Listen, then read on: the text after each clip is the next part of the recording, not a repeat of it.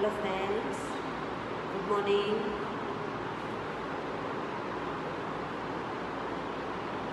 हमने एक वाक्य के उत्तर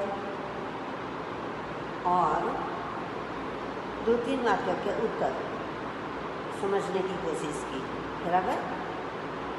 अब आगे अगला प्रश्न क्या है कि सूचना अनुसार प्रश्न के उत्तर लिखिए, जो 10 मार्क का प्रश्न है, बराबर। तो उन 10 मार्क्स के प्रश्न के अंदर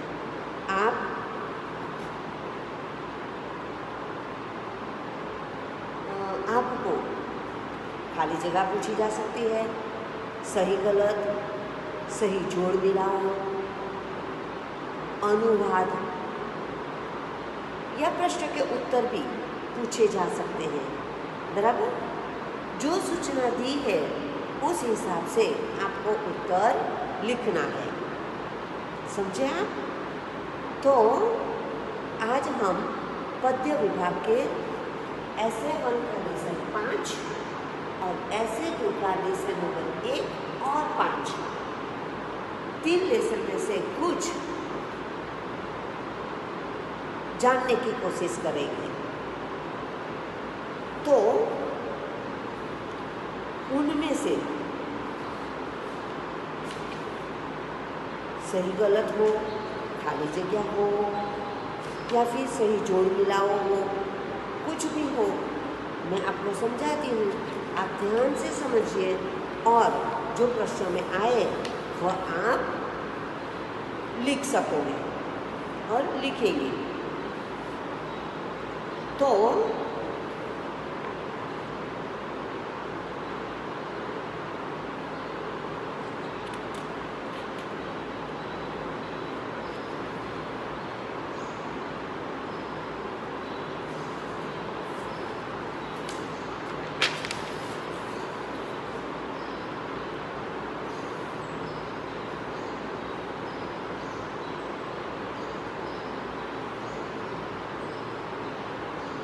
काव्य का भावार्थ, हिंद देश के निवासी सभी जन एक है, रंग रूप वेश भाषा चाहे अनेक है।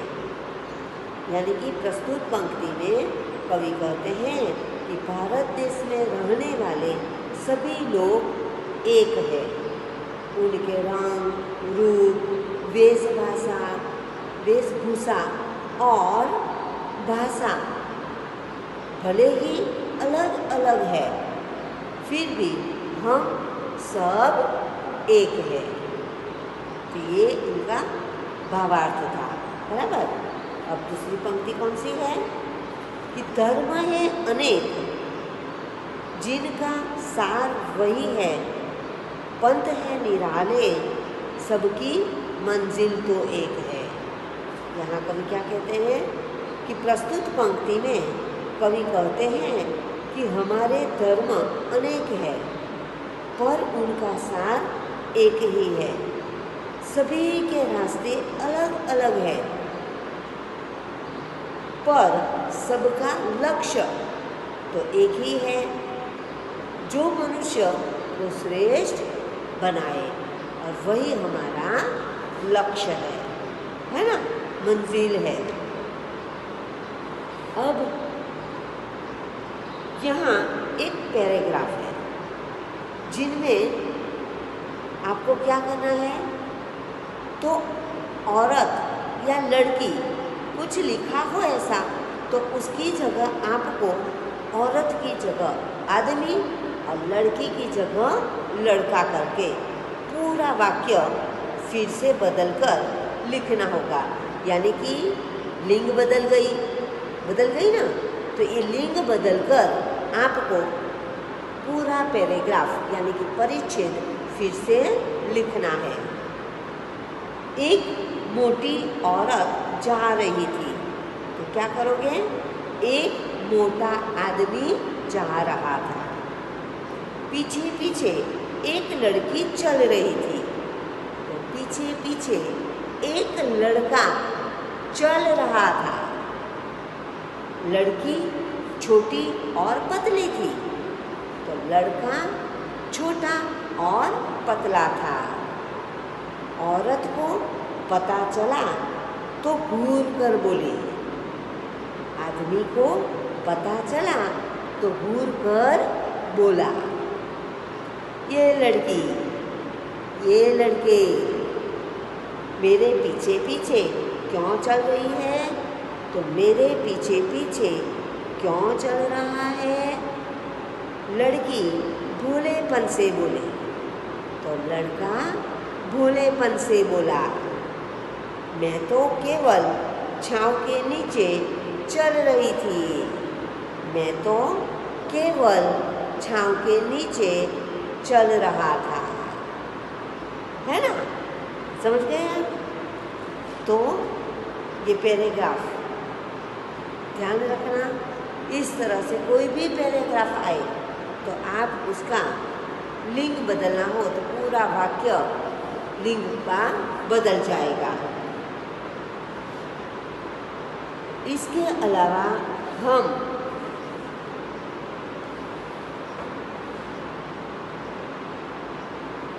बहुत कुछ जान सकते हैं, जैसे कि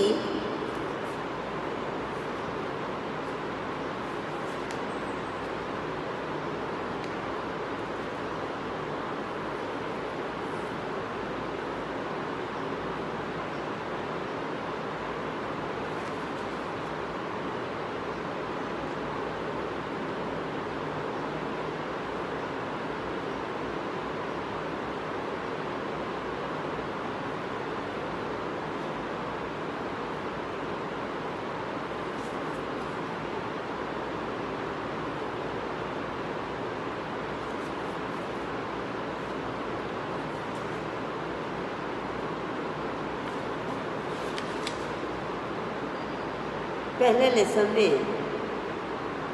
हमने कल प्रश्न कर लिए थे, वही है।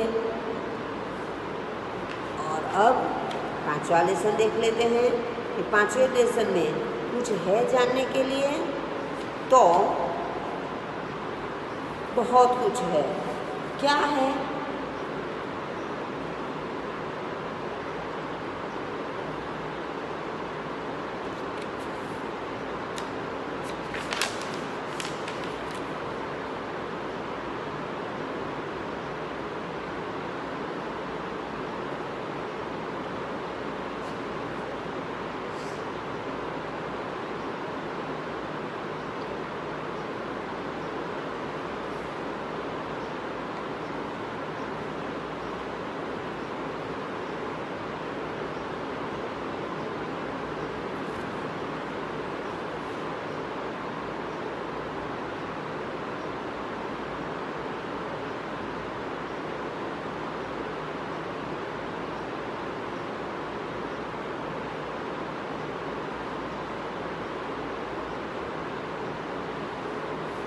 हाँ, यहाँ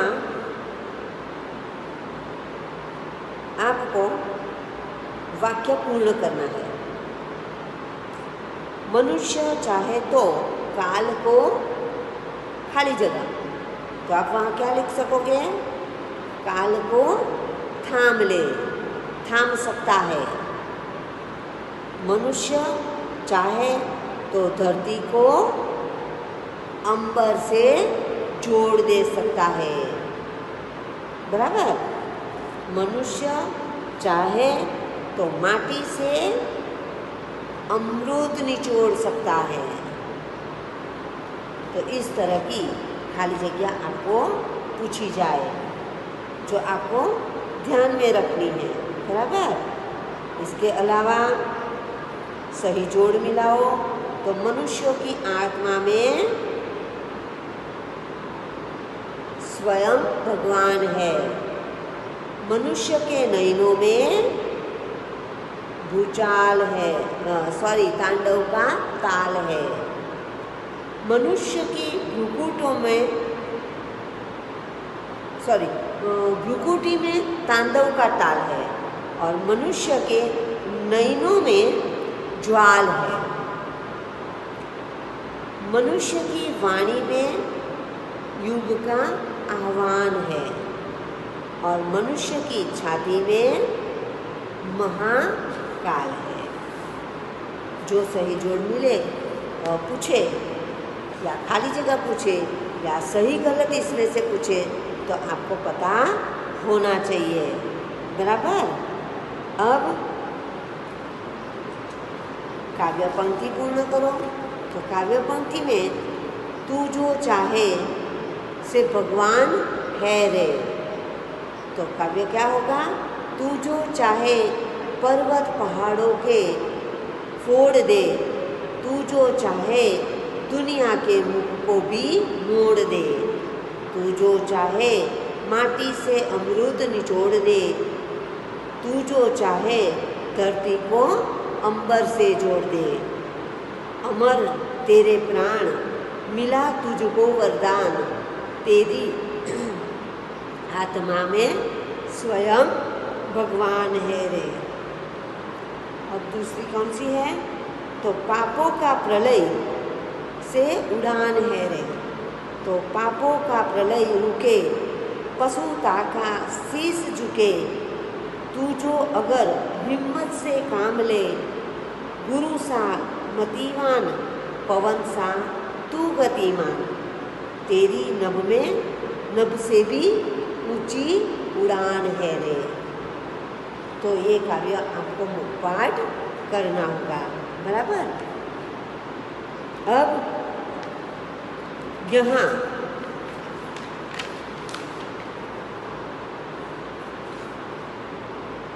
एक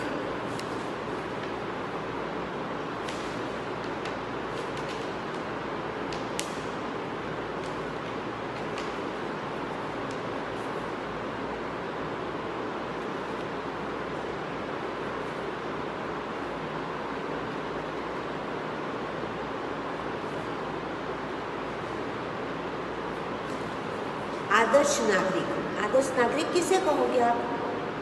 तो किसी भी राष्ट्र की उन्नति तभी संभव है जब उसके नागरिक आदर्शवादी होंगे।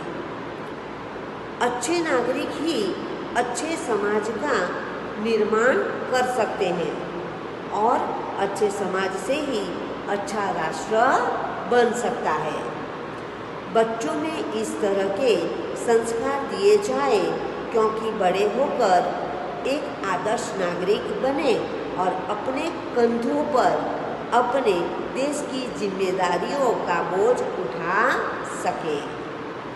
क्योंकि जब तक व्यक्तियों में आदर्श गुण नहीं होंगे तो किसी भी कार्य को पूर्ण रूप से करने में सक्षम नहीं हो सकेंगे।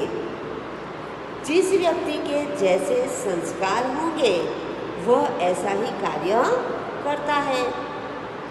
इसलिए बच्चों में अच्छे संस्कार भरने चाहिए ताकि जब बड़े हो तो एक आदर्श नागरिक बन सके। बच्चों को पढ़ाई के ज्ञान के साथ साथ व्यावहारिक ज्ञान भी देना चाहिए तथा उन्हें महापुरुषों और महात्माओं के महान कार्यों का भी बताते रहना चाहिए। एक आदर्श व्यक्ति का जीवन सिर्फ अपने लिए नहीं होता, वह दूसरों की भलाई के लिए सदैव तत्पर रहता है। उसकी दृष्टि में राष्ट्र सर्वोपरि होता है। एक आदर्श व्यक्ति कभी भी गलत रास्ते पर नहीं जाता है। उसका हर कार्य धर्म के अनुसार होता है। उसका व्यवहार सदैव अच्छा होता है। वह बड़ों का सम्मान करता है तथा उसके हृदय में देश प्रेम होता है। आज देश को अच्छे नागरिकों की जरूरत है। आज हर जगह भ्रष्टाचार फैल रहा है, चाहे राजनीति का क्षेत्र हो, चाहे प्रशासकीय क्षेत्र हो। हर व्यक्ति अपने स्तर से गिर रहा है। राष्ट्र के विकास के लिए आदर्श नागरिकों का होना बहुत ही आवश्यक है। इसकी शुरुआत सबसे पहले अपने आप से होती है, यानी कि हम अच्छा कार्य करेंगे तो हम दूसरों को कह सकेंगे कि आप अच्छा कार्य करो, है ना। चलो हम सब मिलकर आदर्श नागरिक बनने का निश्चय करें और अपने देश के विकास में अपना योगदान दें। बराबर समझ गए यहाँ पर। तो यहाँ हमारा पद्य विभाग खत्म होता है। अगली वीडियो में हम व्याकरण विभाग देखने की कोशिश करेंगे। बराबर, तब तक आप ये प्रश्न के उत्तर लिख लो।